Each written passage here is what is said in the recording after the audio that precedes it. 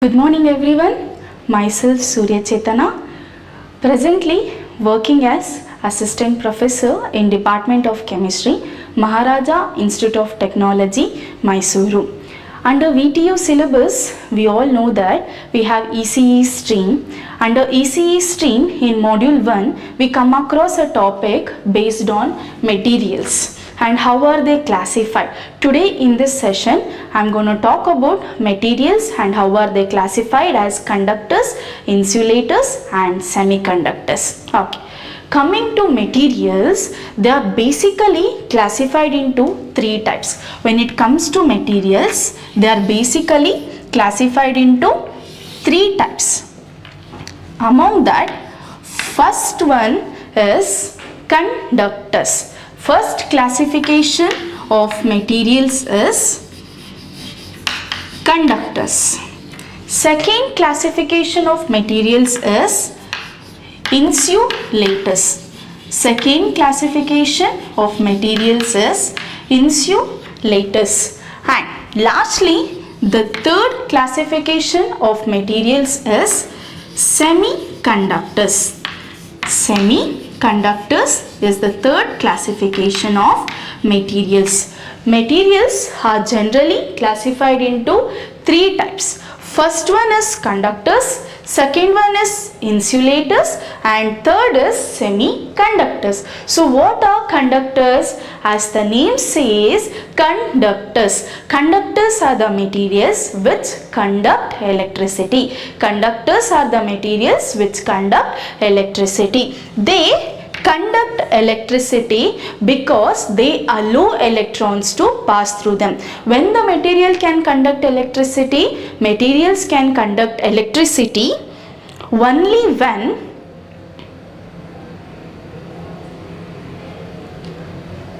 materials can conduct electricity only when there is an delocalization of electrons. Only when there is an delocalization of electron. So now what is delocalization of electron? Movement of electron is called as delocalization of electron. So in conductors, electrons can pass through easily. In conductors, electrons can pass through easily. Electrons can pass through easily. When electrons can pass through easily, delocalization of electrons will occur. Hence, they conduct electricity. Hence, they conduct electricity. So, conductors are the type of materials where electrons can pass through them very easily and hence they conduct electricity. Now, when it comes to insulators, they are just opposite to conductors. Insulators are just opposite to conductors. So, now what are insulators? Insulators are the materials which do not conduct electricity. Why they cannot conduct electricity? Because there is no movement of electrons. There is no delocalization of electrons. So in insulators, what happens? There is no movement of electrons. There is no movement of electrons. Hence, they cannot conduct electricity. Hence, they cannot conduct electricity. So, insulators are the materials where there is no movement of electrons. As there is no movement of electrons, there will be no electricity produced. Whereas in conductors, electrons can pass through them very easily. As electrons can pass through them very easily, they can conduct electricity. Now, talking about semiconductors. As the name says, semiconductors. They sometimes act as conductors and they sometimes act as insulators. So, semiconductors are the materials whose conductivity lies between conductors and insulators. Semiconductors are the type of material whose conductivity lies between conductors and insulators. Here what happens, electron can pass through them only under certain conditions. So semiconductors are the materials, they conduct electricity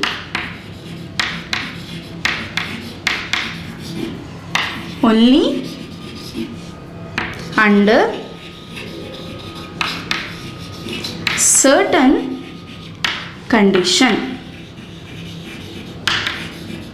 Only under certain conditions. So these are the three main classification of materials. First one is conductors, second one is insulators, and third one is semiconductors. So conductors are the materials where electron can pass through them very easily, hence they conduct electricity. Whereas insulators are the materials where there is no movement of electrons. They cannot pass through anything, so they cannot conduct electricity. Whereas semiconductors, they are in between of conductors and insulators, so they conduct electricity only under certain condition.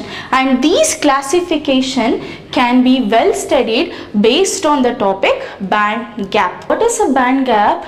Band gap is a space where no electrons will exist. Okay, so band gap, it is an energy range in a material where no electron can exist. Wherever there is a band gap, there is no electron present in that. So we call that space as band gap. Using this band gap, we can easily understand the difference between conductors, insulators and semiconductors. So we'll talk about the first one, that is conductors.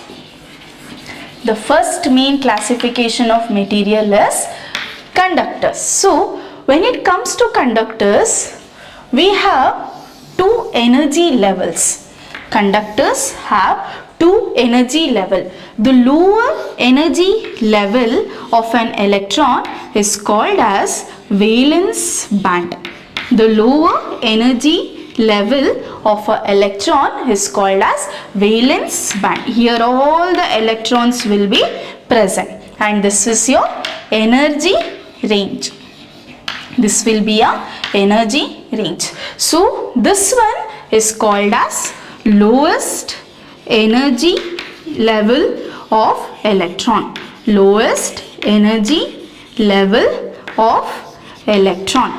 And above this we have one conduction band. Above this we have one band called as conduction band. And this is called as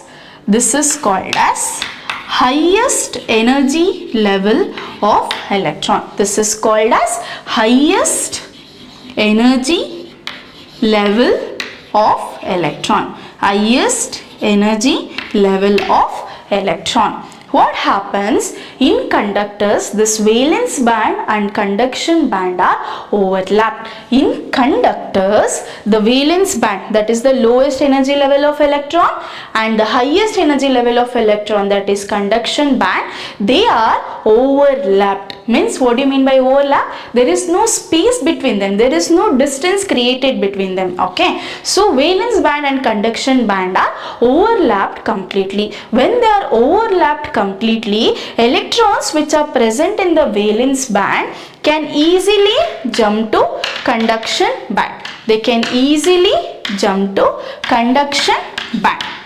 As there is no distance between valence band and conduction band, the electrons present in the valence band will easily jump to conduction band. When the electrons jump from valence band to conduction band, there is an delocalization of electron. That is, movement of electron will occur. Where there is a movement of electron, there the conduction of electricity is seen. Okay. So repeating again, lowest energy level of electron is a valence band. Valence band is nothing but the lowest energy level of electron, and conduction band is nothing but highest energy level of electron. As there is no gap between valence band and conduction band and they are completely overlapped, the electrons which are present in valence band will jump to conduction band. As they can jump easily, there is a movement of electrons created. Where there is a movement of electrons, there is the electricity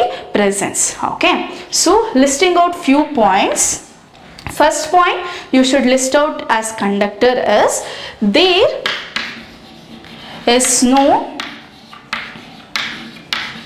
band gap. There is no band gap in conductors. There is no band gap in conductors and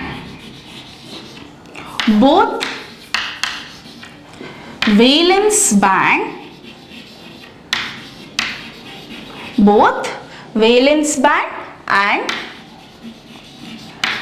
conduction band, both valence band and conduction band are overlapped. Okay, this will be the first main point. There is no band gap between valence band and conduction band. As there is no band gap, they are completely overlapped. Hence, electrons can flow through them easily. Hence, electrons can flow through bands. To be more specific, we can use the word bands. Electrons can flow through them easily. And what happens when electrons flow easily? Electricity will be conducted and conducts electricity and conducts electricity.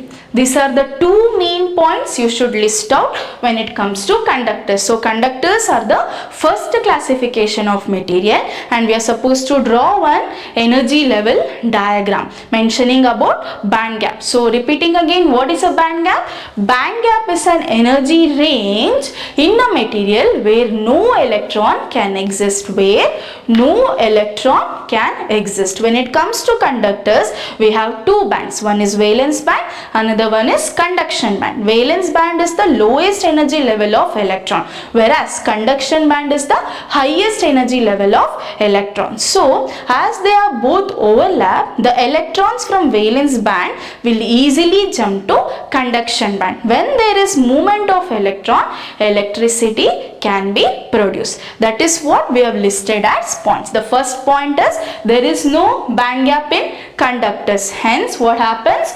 And both valence band and conduction band are overlapped. Hence electrons can flow through them easily and conducts electricity. And we can list down few examples for conductors. Examples like gold, aluminium, silver, everything comes under conductors. We can list down few. Gold, aluminium, silver, etc. So this was about conductors.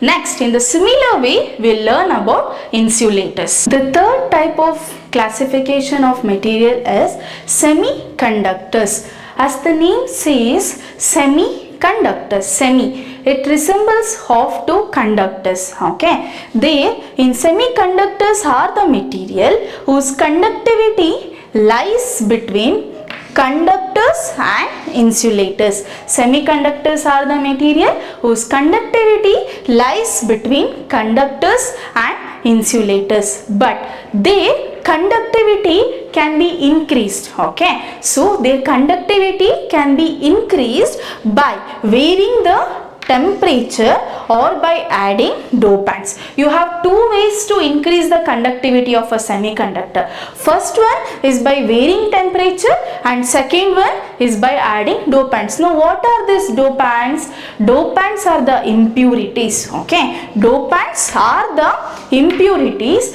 that are added to the pure semiconductors to increase their conductivity. So dopants are the impurities added to semiconductors to increase their conductivity. By adding dopants you can increase the conductivity of semiconductors. So what are semiconductors? Semiconductors are the material whose conductivity lies between that of materials and insulators. And how can you increase their conductivity?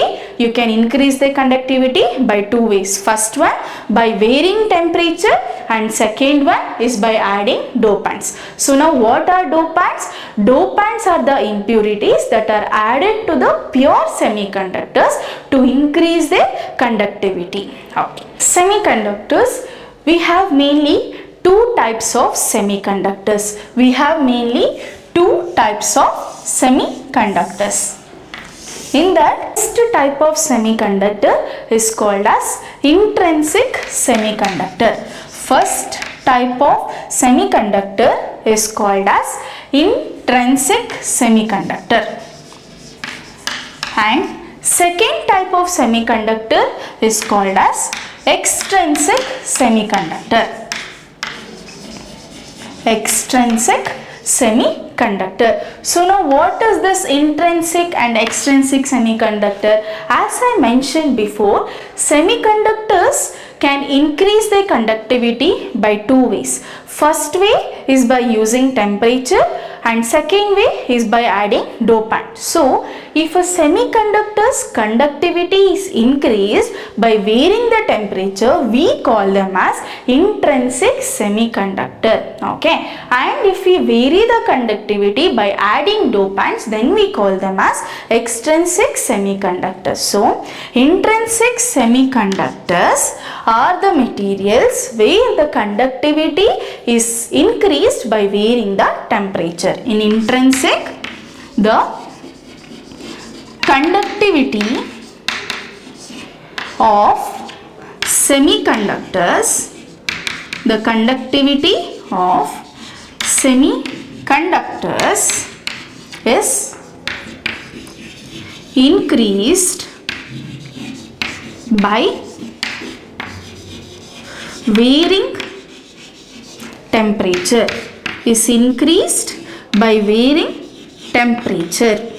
Okay, simple. Intrinsic semiconductor, you will increase the conductivity of semiconductors by using temperature variation. Opposite to this is extrinsic. In extrinsic, what happens? Conductivity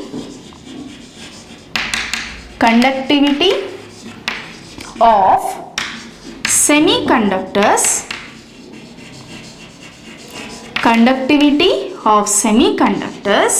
are increased by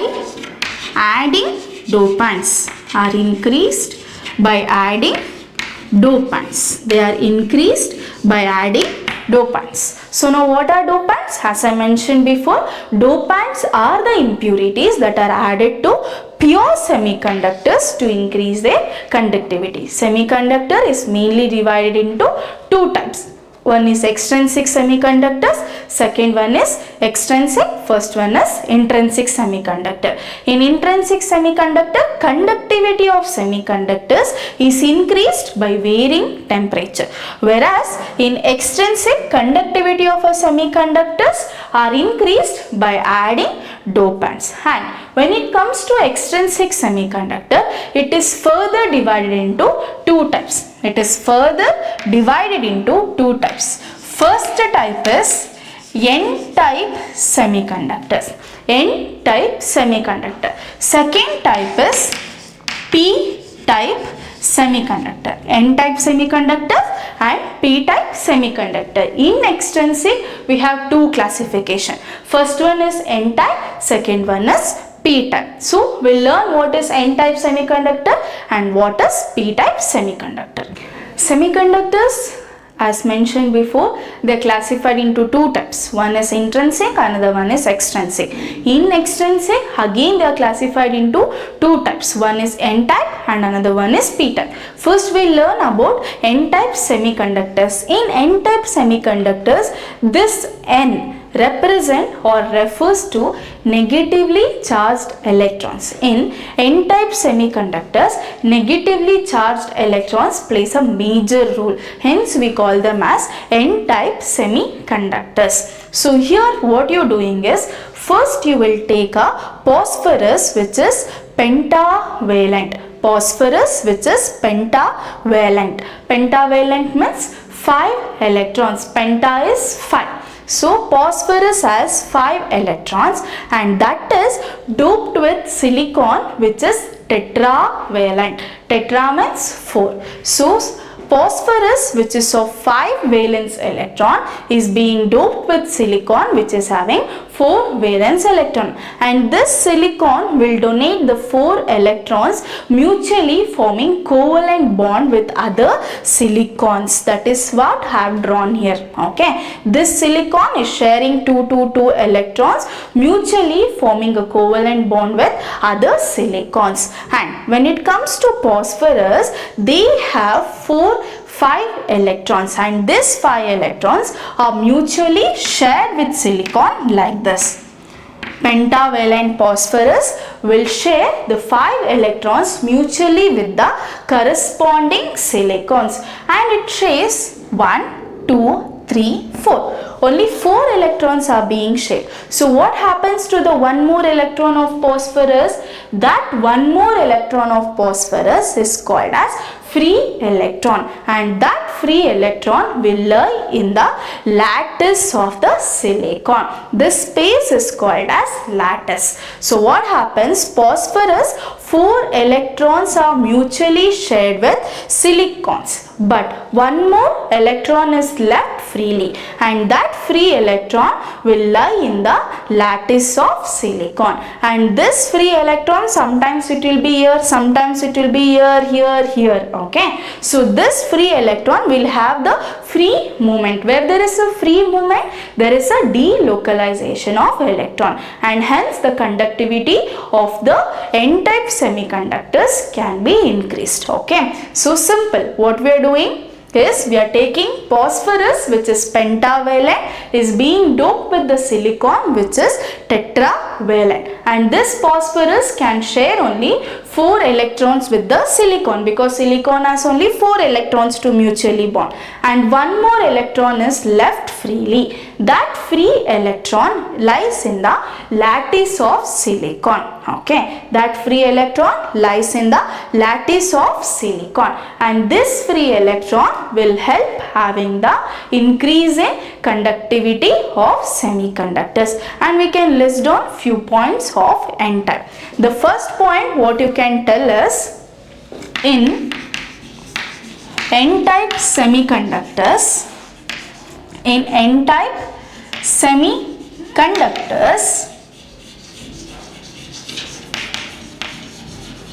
negatively charged species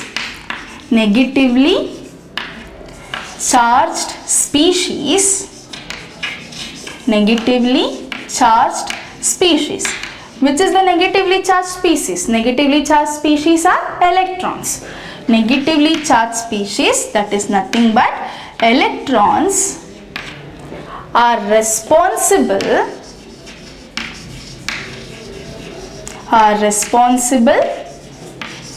for increase in conduction.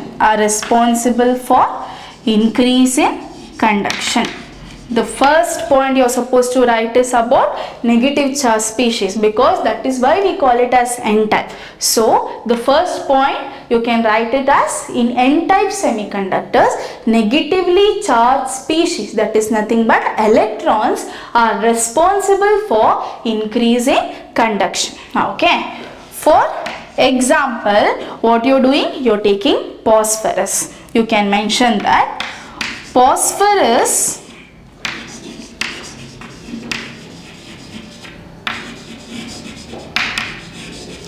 which is of pentavalent. Phosphorus which is of pentavalent is being doped with silicon. Phosphorus which is of pentavalent is being doped with tetravalent silicon. Is being doped with tetravalent silicon. You are taking phosphorus which is of pentavalent is being doped with silicon which is of tetravalent. So next what happens? 4 out of 5. Correct? No. 4. 1, 2, 3, 4. Out of 5 electrons. 4 out of 5 electrons in phosphorus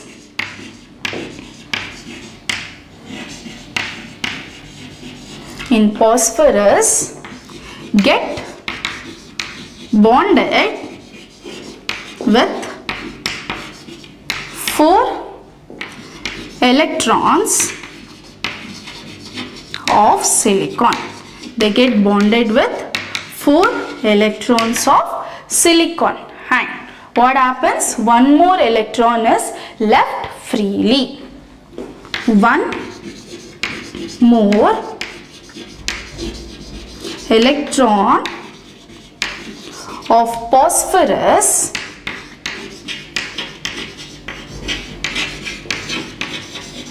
is left freely. And that left freely electron will help in increase the conduction. That can be a last point. That free electron will increase the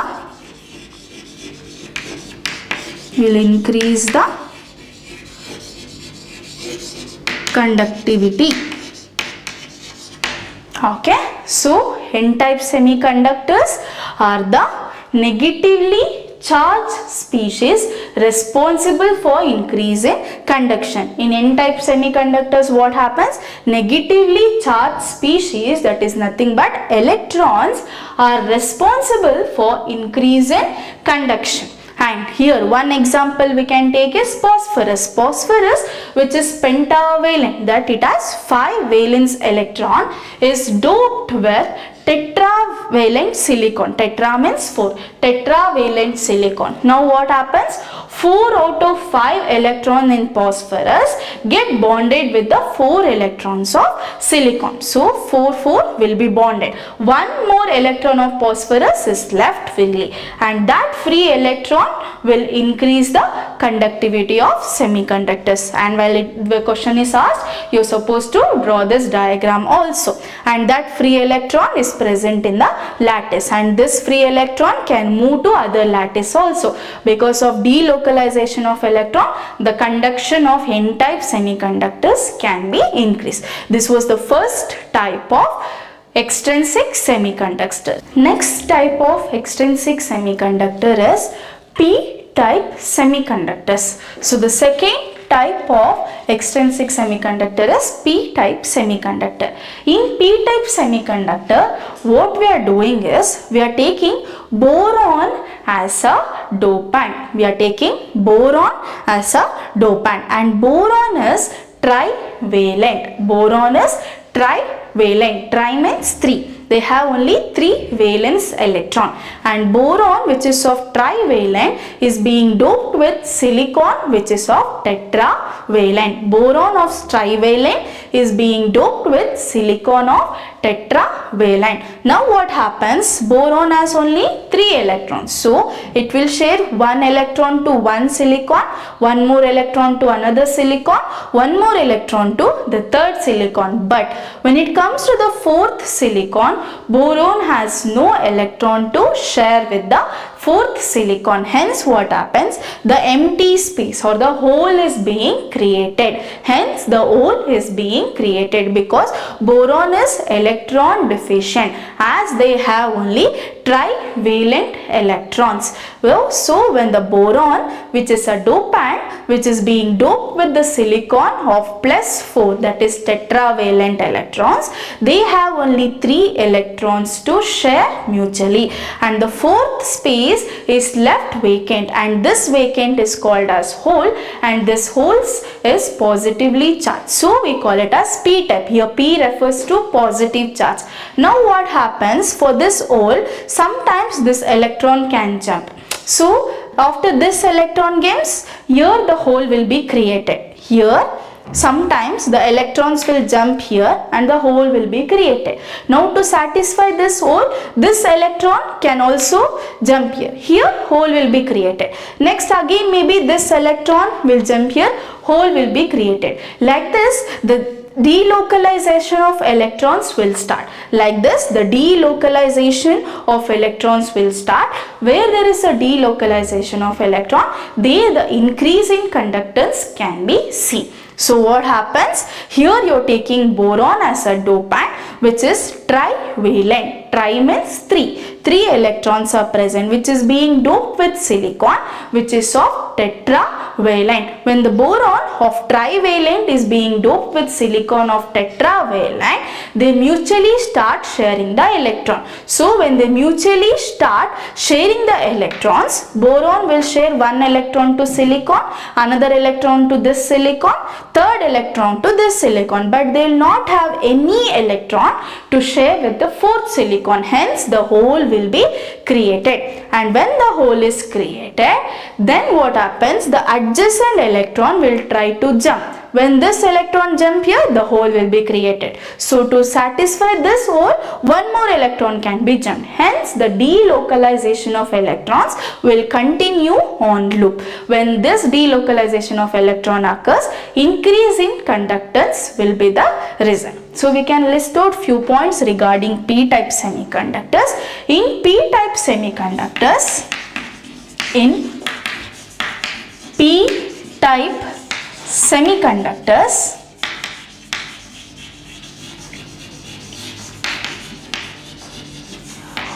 positive in p-type semiconductors, positively charged species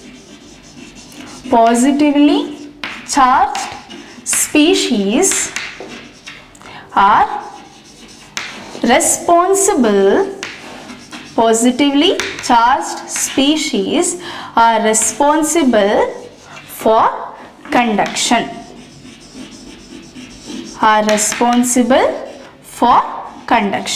Hence we call them as p-type. Okay, in p-type semiconductor, positively charged species are responsible for conduction. For example, when trivalent boron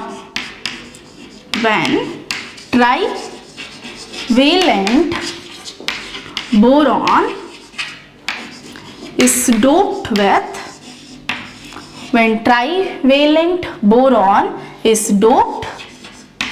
with tetravalent silicon. When trivalent boron is doped with tetravalent silicon, hole is created.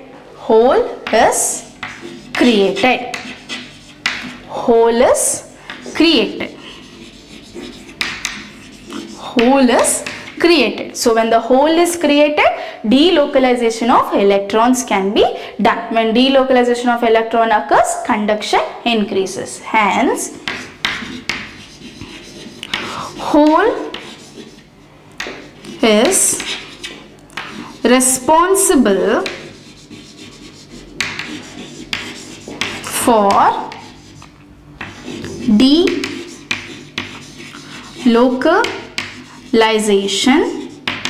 Hole is responsible for delocalization of electrons.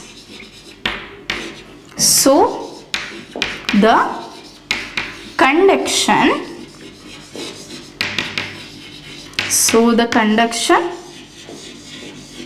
increases. Okay, so what happens in p-type semiconductors? You're taking boron, which is of trivalent, which is a dopant, and it is being doped with the silicon, which is of tetravalent. When they are doped, each boron will donate 1 electron to 3 silicon, but when it comes to the 4th silicon, there is no electron left to donate. So as there is no electron, the hole will be created, and to clear this hole, the adjacent electron will try to jump. When they try to jump and refill this hole, delocalization of electrons will occur, and delocalization of electron will result in increase in conduction. We can list out 3 major points. First one you can tell us, in p-type semiconductor, positively charged species, that is nothing but holes, positively charged species, that is nothing but holes, are responsible for conduction. And when the trivalent boron is doped with tetravalent silicon, hole is being created. Hence, hole is responsible for delocalization of electron, so the conduction increases. So we learned about what is p-type semiconductor, what is n-type semiconductor. In n-type semiconductor, negatively charged species are responsible for increase in conduction. There, instead of boron, you will be taking phosphorus, and phosphorus is pentavalent, 5 electron. Here boron is trivalent. You can analyze it in this way. Both are similar, but they are different in few points, and both are doped with silicons. In n-type semiconductor, extra electron, that is negatively charged species, were responsible for conduction increase, whereas in p-type, the positively charged species, that is the holes, are responsible for increase in conduction. Here you are doping with boron, in n-type you were doping with phosphorus. And we also learned about what is conductor, what is insulators, and how are they classified based on band gap. In conductors, there is no band gap between valence band and conduction band. They both are overlapped.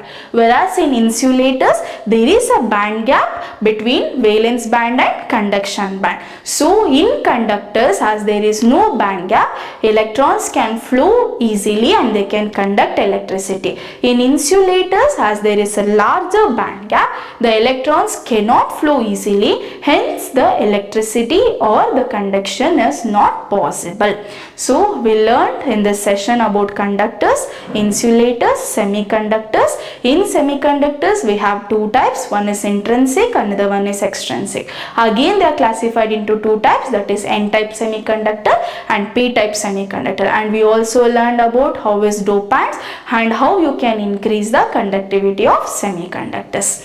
Thank you.